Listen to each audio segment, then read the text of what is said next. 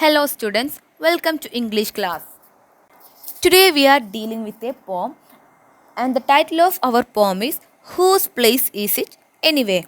And this poem comes under the theme the environment and the poem is written by Martin Kisgo. So before going to the poem, let's familiarize with the poet. Martin Kisgo, he's a poet, composer and screenwriter and he has composed over 200 scores for film and television and released 8 albums and he is popularly known as UK's Green Poet. And Whose Place Is It Anyway is from his collection of poems, Green Poems for a Blue Planet. So that's all about the poet. So through this poem, the poet wants to alarm us about deforestation. He showed us how we are destroying the blessing of nature by cutting the trees and making the malls, parking slots and more. The creatures that live in the forest are losing their place. So let's begin our poem. The golden mole is threatened by the workings of a mine. The pine marten and polecat live on borrowed time. Hippos cannot hide from illegal poachers' gun. Do the cheetahs of Botswana watch their last setting sun? So, this poem is about endangered species and how people are the biggest threat to the environment. And in the first stanza, it is saying that the golden mole's habitat is harmed by mining activity, and the pine marten, polecat, and cheetah are almost extinct, and illegal hunters are wiping out hippos, and global warming is melting ice caps. As Arctic ice dissolves and polar bears decline, can the wolves of Ethiopia trust humankind? Will the white-tip shark and angel shark avoid the fishing troll? How soon until the pinko tree takes its final fall? So, in the second stanza, it is saying that global warming is melting ice caps, which is killing polar bears, and human development is threatening our worlds, and huge fishing boats are a danger to sharks, and pinko trees are being felled. The Mandra Ray is troubled by pollution of waters, while cats of the Andes scrapper from a slaughter.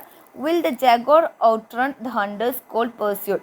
Can we save our ponds for the great crested newt?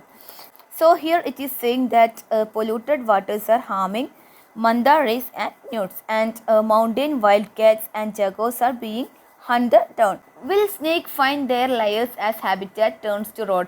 Does a parking lot come first or the Puerto Rican toad? Will koalas in their hollows survive the ruthless logging? Shall we bother to find out, or is that just too much slogging? So the poet wonders that clearing of forests and indiscriminate building of roads and parking lots are eating into the natural habitat of snakes, frogs and koalas. And poet wonders whether there is any point estimating the huge damage done. Why don't we remember those with whom we share the earth? And why don't we honor and value their true worth? We can't let our best friends simply vanish without trace. So let's work together and restore their rightful place. So our poet wonders whether there is any point estimating the huge damage done, and he questions why people do not understand that they share this planet with all other living things, and he asks why we cannot respect and value the role all creatures play in maintaining nature's balance, and he urges people to prevent this eradication to fellow inhabitants, and he asks everyone to work together to respect and restore everything place in the environment. Okay, so this poem highlights the threats that human beings and uncontrolled development can be to all other living things. And the poet builds a hard-hitting case with his long list of creatures across land and sea, across continents, from tiny insects to huge hippos that are endangered by people's thoughtless or criminal activities.